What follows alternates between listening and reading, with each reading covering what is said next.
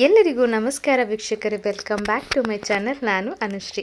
ನಾನು ಇವತ್ತಿನ ದಿನ ಎಗ್ ರೈಸ್ ಹೆಂಗೆ ಮಾಡೋದಂತ ತೋರಿಸ್ಕೊಡಕತ್ತೀನಿ ರೀ. ವಿತೌಟ್ ಸಾಸು ಅದೇನು ಹಾಕದೇನೆ 5 ನಿಮಿಷದಲ್ಲಿ ಮಾಡ್ಕೊಳ್ಳೋಂಥ ಎಗ್ ರೈಸ್ನ ಸಿಂಪಲ್ ರೆಸಿಪಿಯಾಗಿ ತೋರಿಸ್ತಾ ಇದ್ದೀನಿ.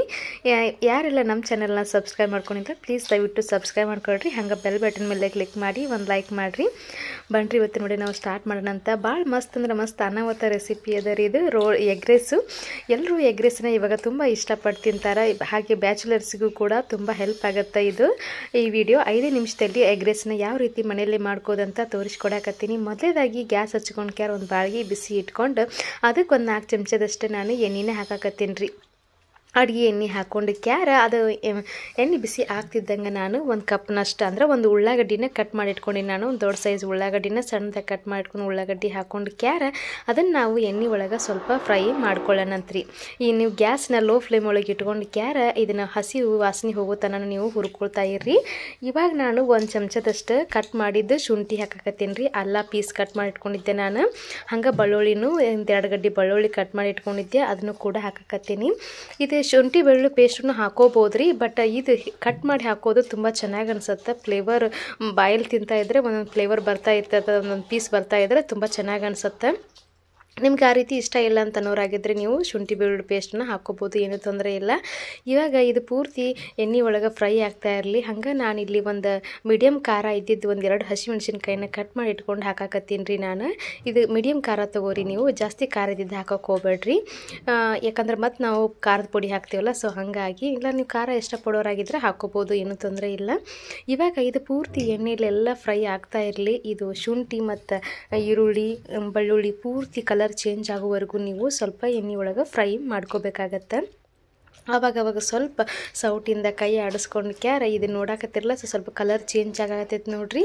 ಈ ರೀತಿ ಶುಂಠಿ ಕಲರ್ ಎಲ್ಲನೂ ಚೇಂಜ್ ಆಗಬೇಕು, ಅಲ್ಲಿವರೆಗೂ ನೀವು ಎಣ್ಣೆ ಒಳಗೆ ಫ್ರೈ ಮಾಡ್ಕೋರಿ. ಇವಾಗ ನಾನು ಒಂದು 2 ತತ್ತಿ ಒಡೆದು ಹಾಕ್ಕೊಳಕತ್ತೀನಿ. ಇದ್ರಾಗ 2 ತತ್ತಿ ಒಡೆದು ಹಾಕ್ಕೊಂಡು ಚಂದಾಗ ಮಿಕ್ಸ್ ಮಾಡ್ಕೊಳ್ರಿ. ಇದು ತತ್ತಿ ಎಲ್ಲನೂ ಇದ್ರೊಳಗೆ ಬೆಂದಲಿ. ಈ ರೀತಿ ಚಂದಾಗ ಮಿಕ್ಸ್ ಮಾಡ್ಕೊಂಡ್ರಿ ಅಂತಂದ್ರೆ ಇವಾಗ ಎಗ್ ಚೆನ್ನಾಗಿ ಬೇಯತ್ತೆ. ಈಗ ನೋಡ್ರಿ, ಇವಾಗ ಖಾರಕ್ಕೆ ನಾನು 1-2 ಚಮಚದಷ್ಟು ಖಾರದ ಪುಡಿ ಹಾಕೊಳಕತ್ತೀನಿ. ಹಂಗೆ ನಾನು 1 ಚಮಚದಷ್ಟು ನಾನು ಧನಿಯಾ ಪುಡಿ, 1 ಚಮಚದಷ್ಟು ಪೆಪ್ಪರ್ ಪುಡಿ, ಹಂಗೆ 1 ಚಮಚದಷ್ಟು ಜೀರಿಗೆ ಪುಡಿ, ಇವಷ್ಟನ್ನು ಹಾಕಿ ನಾನು ಚಂದಾಗ ಮಿಕ್ಸ್ ಮಾಡ್ಕೊಳ್ತೀನಿ ರೀ. ಮಿಕ್ಸ್ ಮಾಡ್ಕೊಂಡು ನಿಮ್ಗೆ ರುಚಿಗೆ ತಕ್ಕಷ್ಟು ಉಪ್ಪು ಹಾಕ್ಕೊಳ್ರಿ.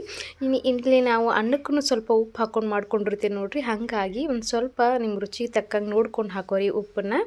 ಇವಾಗ ನಾನು ಇದನ್ನು ಪೂರ್ತಿ ಚೆನ್ನಾಗಿ ಮಿಕ್ಸ್ ಮಾಡತ್ತೀನಿ ನೋಡ್ರಿ. ಇದೇನು ಕಲರ್ ಹಾಕದೇನ ಎಷ್ಟು ಚೆನ್ನಾಗಿ ಕಲರ್ ಬಂದೈತಿ. ಹಂಗೆ ನಾವು ಇಲ್ಲಿ ಸೋಯಾ ಸಾಸು ಅದು ಏನು ಹಾಕಕತ್ತಿಲ್ಲ, ಹಂಗೆ ಹಾಕದೇನೆ ಮಾಡ್ಬೋದು.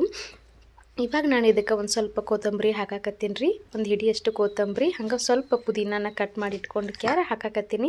ಹಾಕಿ ಒಂದು ಸ್ವಲ್ಪ ಚಂದ ಕೈ ಆಡಿಸಿ ಚಂದಾಗ ಬೇಯಿಸ್ಕೊಳ್ರಿ. ಇವಾಗ ನಾವು ಒಂದು ಗ್ಲಾಸ್ನಷ್ಟು ನಾನು ಅನ್ನ ಮಾಡಿ ಇಟ್ಕೊಂಡು ಬಿಟ್ಟಿದ್ದೆ ರೀ ಮುಂಚೆಗೆ. ಇವಾಗ ನೋಡ್ರಿ ಪೂರ್ತಿ ಅನ್ನ ಎಲ್ಲನೂ ಉದುರಾಗೈತಿ. ನೀವು ಮುಂಚೆಗೆ ಅನ್ನ ಮಾಡಿ ಇಟ್ಕೊರಿ.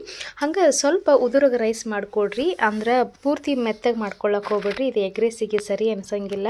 ಇವಾಗ ನಾನು ಈ ರೈಸನ್ನ ಹಾಕೊಂಡು ಚಂದಾಗ ಮಿಕ್ಸ್ ಮಾಡ್ಕೊಳ್ಳೋಣಂತ್ರಿ. ಚಂದಾಗ ಇದೆ ಪೂರ್ತಿ ಮಸಾಲೆ ಎಗ್ಗೆಲ್ಲನೂ ಅನ್ನಕ್ಕೆಲ್ಲನೂ ಅಂಟ್ಕೊಳ್ಬೇಕು ನೋಡ್ರಿ. ಅಲ್ಲಿವರೆಗೂ ನೀವು ಪೂರ್ತಿ ಚಂದಾಗ ಮಿಕ್ಸ್ ಮಾಡ್ಕೊಳ್ರಿ, ಲೋ ಫ್ಲೇಮ್ ಒಳಗಿಟ್ಟು ಇಲ್ಲಿ ನಾನು ಸೋಯಾ ಸಾಸ್ ಬದಲಿ ನಾನು ಲಿಂಬೆಹಣ್ಣಿನ ರಸನ ಯೂಸ್ ಮಾಡಕತ್ತೀನಿ ರೀ. ಸೋಯಾ ಸಾಸ್ ಹಾಕೋದ್ರಿಂದ ಕಲರ್ ಬರುತ್ತೆ ಮತ್ತು ಹುಳಿ ಬರುತ್ತೆ ಅಷ್ಟೇ ರೀ. ಇದು ಹುಳಿಗಾಗಿ ನಾವು ಲಿಂಬೆಹಣ್ಣು ರಸ ಹಾಕೊಳ್ಳೋಣಂತ, ಕಲರಿಗೆ ಏನು ಬೇಡ. ಇವಾಗ ನೋಡ್ರಿ, ಈಗ ಸ್ವಲ್ಪ ಚಂದಾಗ ಬಿಸಿ ಮಾಡ್ಕೊಳ್ರಿ. 1 ನಿಮಿಷ ಚಂದಾಗ ಗ್ಯಾಸ್ನ ಲೋ ಫ್ಲೇಮ್ ಒಳಗೆ ಇಟ್ಕೊಂಡು ನೀಟಾಗಿ ಬಿಸಿ ಮಾಡ್ಕೊಂಡ್ರಿ ಅಂತಂದ್ರೆ ಮನ್ಯಾಗ ಎಗ್ ರೈಸ್ ಮಾಡ್ಕೋಬೋದು. ಹೊರಗಡೆಗಿಂತ ಮನೆಯಲ್ಲೇ ನ್ಯಾಚುರಲ್ ಆಗಿ ಆರೋಗ್ಯಕರವಾಗಿ ಮನೆಯಲ್ಲೇ ಎಗ್ ರೈಸ್ ಮಾಡ್ಕೊಂಡು ತಿನ್ಬೋದು ರೀ. ಇವಾಗ ನಾವು ಮೇಲ್ಗಡೆ ಸ್ವಲ್ಪ ಕೊತ್ತಂಬರಿ ಸೊಪ್ಪನ್ನ ಹಾಕಿಬಿಟ್ವಿ ಅಂತಂದ್ರೆ ಎಗ್ ರೈಸ್ ರೆಡಿ ಆಯಿತು. ಇದನ್ನು ನಾವು ಒಂದು ಸ್ವಲ್ಪ ಕೈ ಆಡಿಸ್ಕೊಂಡ್ವಿ ಅಂತಂದ್ರೆ ಮಸ್ತಂಗೆ ಎಗ್ ರೈಸ್ ರೆಡಿ ಆಯ್ತು ನೋಡ್ರಿ ಮನೆ ಒಳಗೆ. ಇವಾಗ ನಾವು ಏನು ಮಾಡೋಣ ಅಂತಂದ್ರೆ ಈ ಎಗ್ ರೈಸ್ನ ಒಂದು ಪ್ಲೇಟಿಗೆ ನಾವು ಸರ್ವ್ ಮಾಡ್ಕೊಳ್ಳೋಣಂತ. ನೋಡ್ರಿ ಎಷ್ಟು ಚೆನ್ನಾಗೈತಿ ಕಲರ್, ಏನು ಹಾಕ್ದೇನೆ. ಮಸಾಲೆ ಕೂಡ ತುಂಬ ಕಡಿಮೆ ಮಸಾಲೆದೆಲ್ಲ ಯೂಸ್ ಮಾಡ್ಕೊಂಡು ಎಗ್ ರೈಸ್ ಮನ್ಯಾಗ ಮಾಡ್ಕೊಂಡಿವಿ. ಇವಾಗ ಒಂದು ಪ್ಲೇಟಿಗೆ ಹಾಕ್ಕೊಂಡು ಮ್ಯಾಗ ಎಕ್ಸ್ಟ್ರಾ ಉಳ್ಳಾಗಡ್ಡಿ, ಸ್ವಲ್ಪ ಕೊತ್ತಂಬರಿ, ಹಂಗೆ ಒಂದು ಹಸಿ ಮೆಣಸಿನ್ಕಾಯಿ ಇಟ್ಕೊಂಡ್ವಿ ಅಂತಂದ್ರೆ ತಿನ್ನಾಕ ಮಸ್ತಂಗೆ ಎಗ್ ರೈಸ್ ರೆಡಿ ಆಯ್ತು ನೋಡ್ರಿ ಮನೆ ಒಳಗೆ. ಬ್ಯಾಚುಲರ್ಸು ಹಂಗೆ ಮಕ್ಕಳು ಹಸಿವು ಅಂತಂದ್ರೆ 5 ನಿಮಿಷದಲ್ಲಿ ಪಟಾಪಟ್ ಅಂತ ಎಗ್ ರೈಸ್ನ ರೆಡಿ ಮಾಡ್ಕೊಂಡು ತಿನ್ಬೋದು.